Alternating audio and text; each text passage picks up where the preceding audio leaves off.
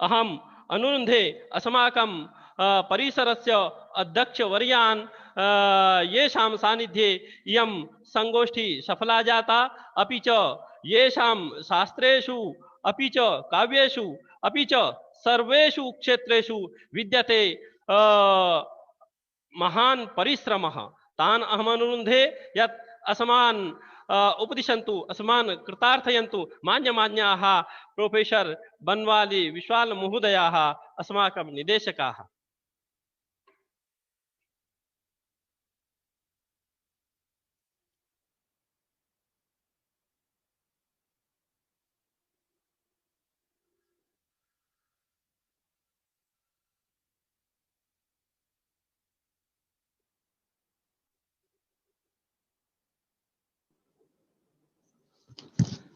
नमः सर्वेभ्यः। वागर्थाविव संपृक्तौ वागर्थ प्रतिपत्तये जगतः पितरौ वन्दे पार्वती परमेश्वरौ। मान्याः साहित्य विभागीय अंतर्जालीय राष्ट्रीय शोध संगोष्ठ्याः मुख्यातिथयः सोमनाथ संस्कृत विश्वविद्यालयस्य यशस्विनः कुलपतयः अस्मदग्रजाः प्रोफेसर गोपबंधु मिश्र महोदयाः, मान्याः मुख्य वक्तारः काशी हिंदू विश्वविद्यालयस्य साहित्य विभागाध्यक्षाः प्रोफेसर उमाकांत चतुर्वेदी महोदयाः तथा च अत्र अणुप्रणाल्या समवेताः समेपि विशिष्टाः विद्वांसः संयोजकाः अस्मत्परिसरस्य साहित्य विभागाध्यक्षाः प्रोफेसर विजयपाल शास्त्री महोदयाः, स्वागतकर्तारः डॉक्टर कृपाशंकर शर्मा महोदयाः, संचालकाः डॉक्टर अनिल कुमार महोदयाः तथा अस्माकं परिसरस्य समे वरिष्ठाः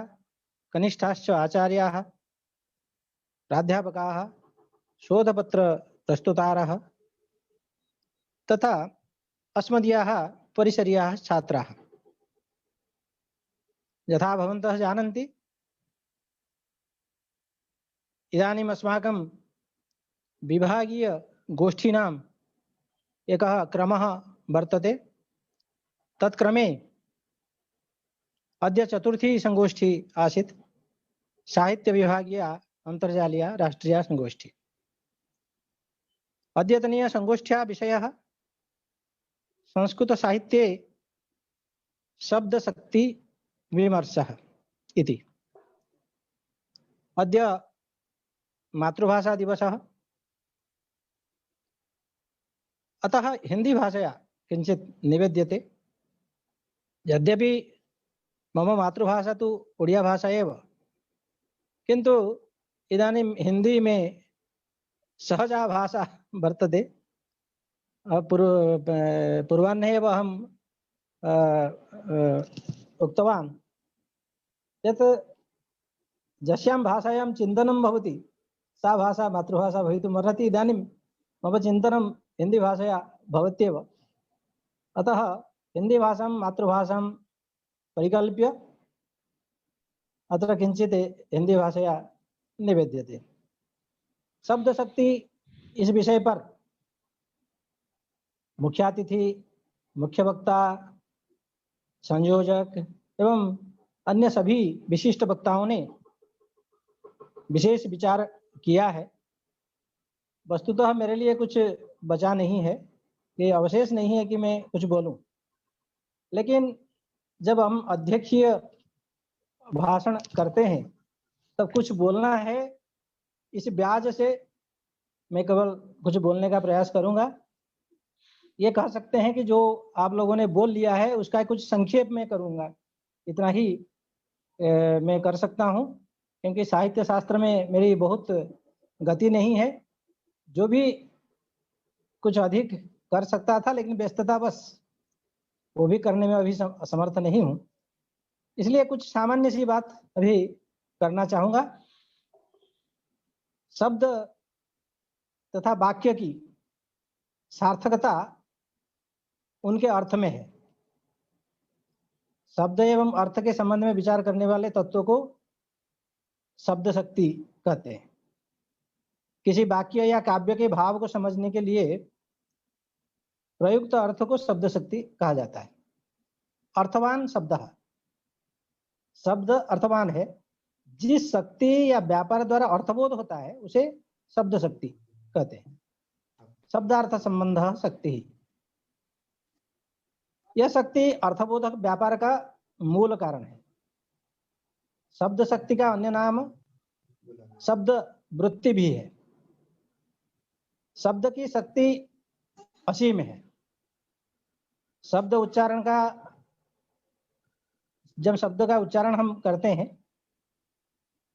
तब हमारे मन, कल्पना और अनुभूति पर उसका प्रभाव पड़ता है। जब हम अचार या चटनी का नाम लेते हैं तो मुंह में पानी भर आता है। अगर हम भूत या सांप का उच्चारण करते हैं तो मन में भय का संचार होता है।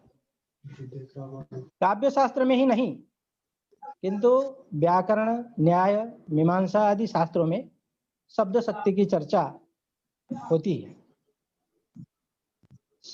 मीमांसा शास्त्र में, न्याय शास्त्र में शब्द शक्ति की चर्चा हमारे पूर्व वक्ताओं ने की है।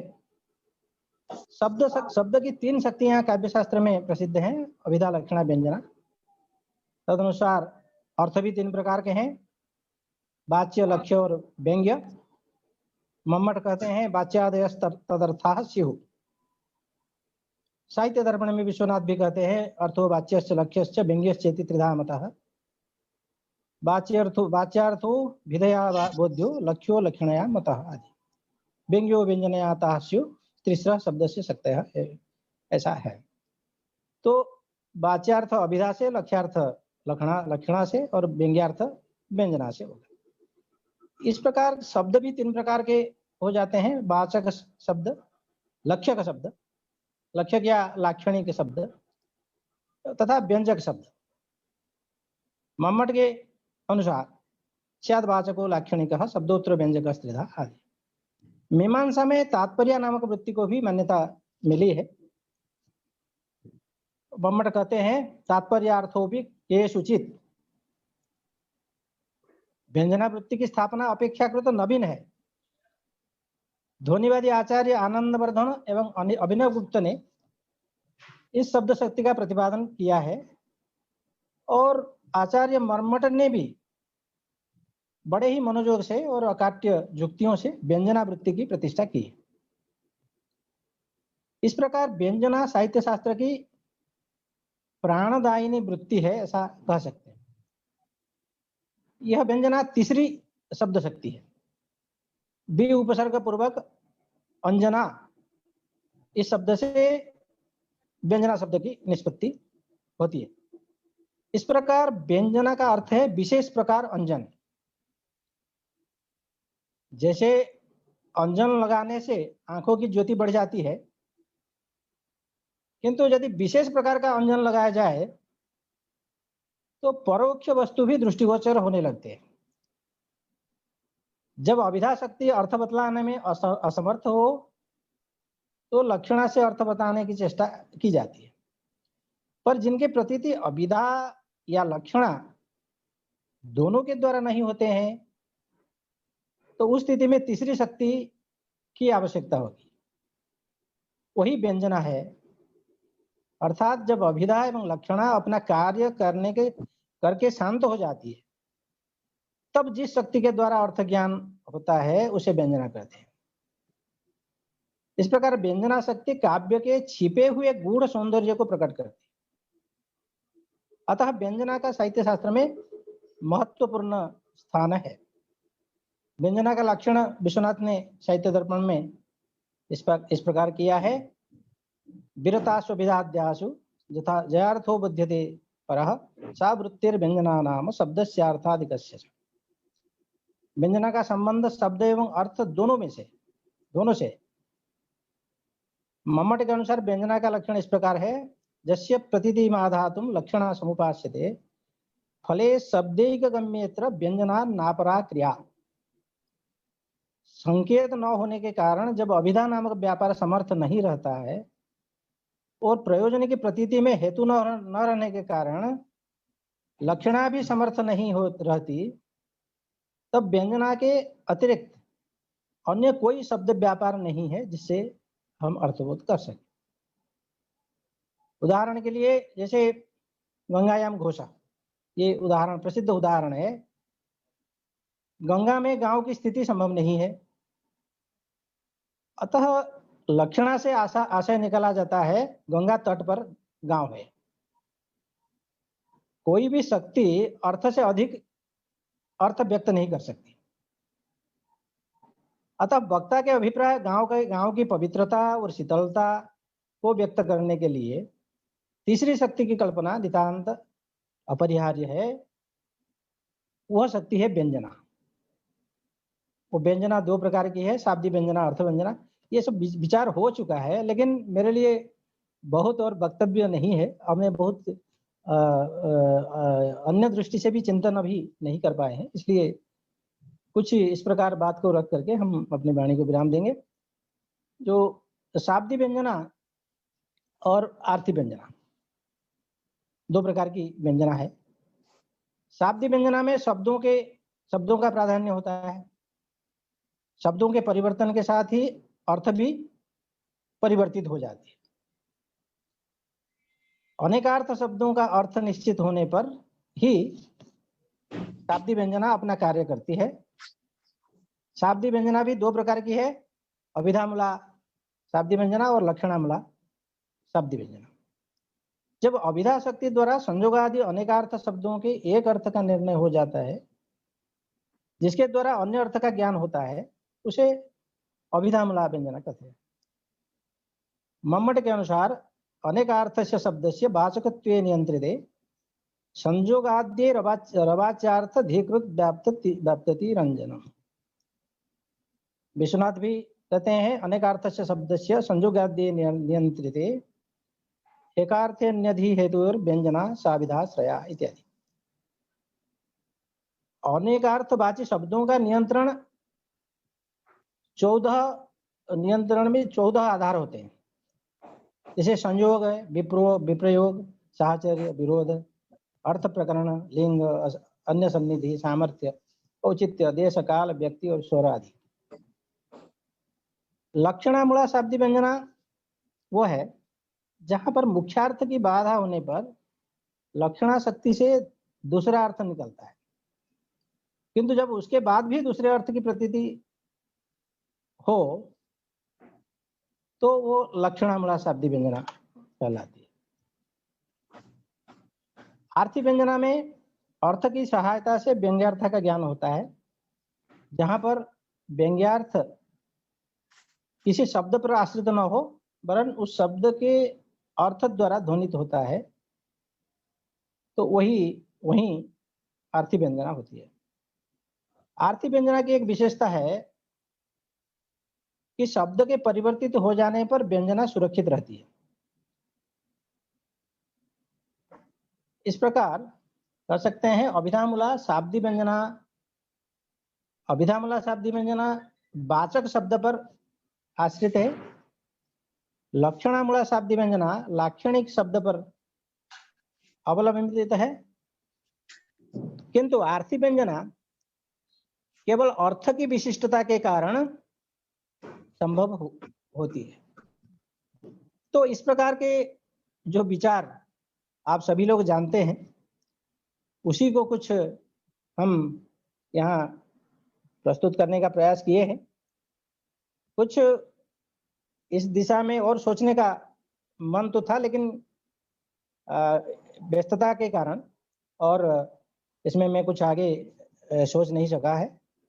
इसलिए मेरा जो विशेष प्रयोजन ये अध्यक्षीय वक्तव्य का है, मैं आप लोगों को धन्यवाद ही करना है।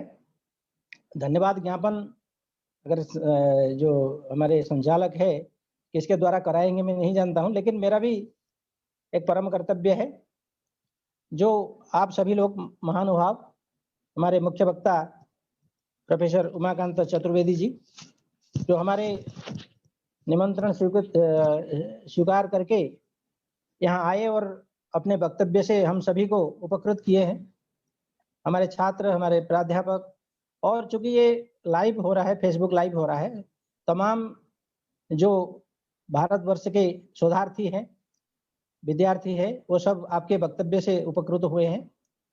अतः परिसर की ओर से और मेरी ओर से आपका आपकी हार्दिक कृतज्ञता हम ज्ञापन करते हैं। इसी प्रकार हमारे इस कार्यक्रम में जो मुख्य अतिथि के रूप में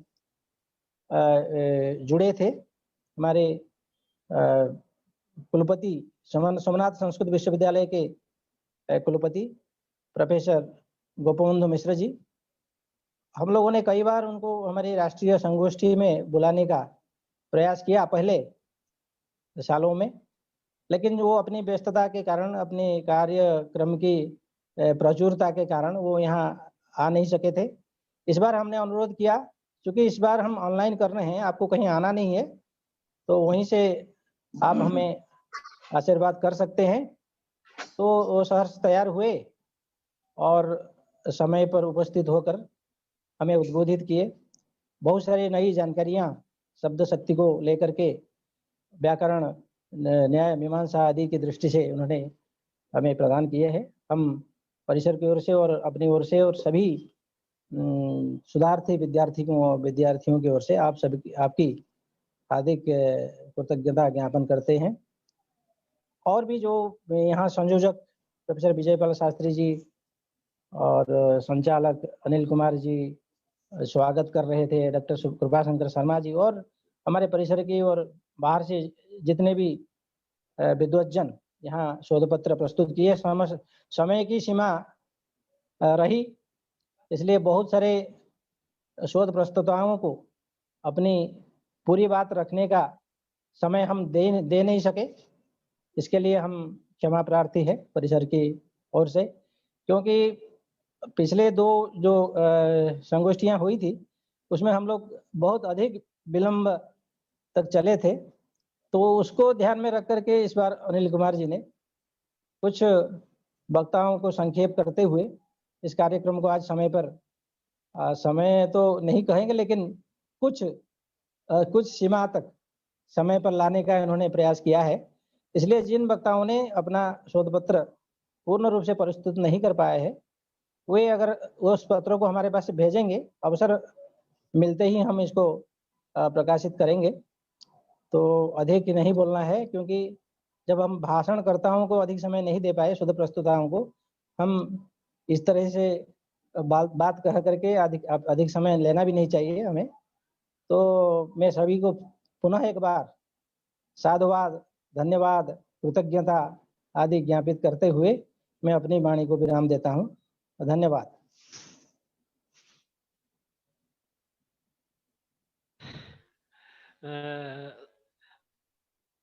महोदय के विषय में क्या कहूँ मैं, क्योंकि अभी हमारे सर ने हिंदी में बोला है तो मुझे भी थोड़ा सा हिंदी में बोलने का अवसर मिला। जो भी कार्यक्रम होते हैं इस तरह से संचालित करते हैं कि अभूतपूर्व हो जाता है। चाहे वो यात्रा में रहते हो, यात्रा में रहकर भी वो अध्यक्षता वहन करते हैं, और किसी मीटिंग में रहते हुए भी अध्यक्षता वहन करते हैं। ये इनका वैशिष्ट्य है। परिसर के काम किस तरह से चलते हैं वो रात दिन ये सोचते हैं, ये एक इनका वैशिष्ट्य है।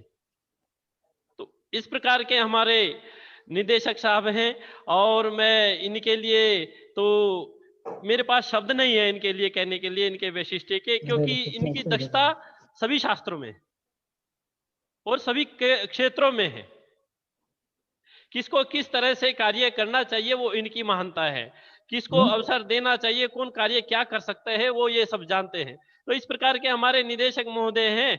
और सच में कहूं तो कहने के लिए जो कहते हैं ना कि शब्द कम पड़ जाते हैं, तो उस प्रकार के हमारे निदेशक महोदय हैं। मैं सादर वंदन और नमन करता हूं।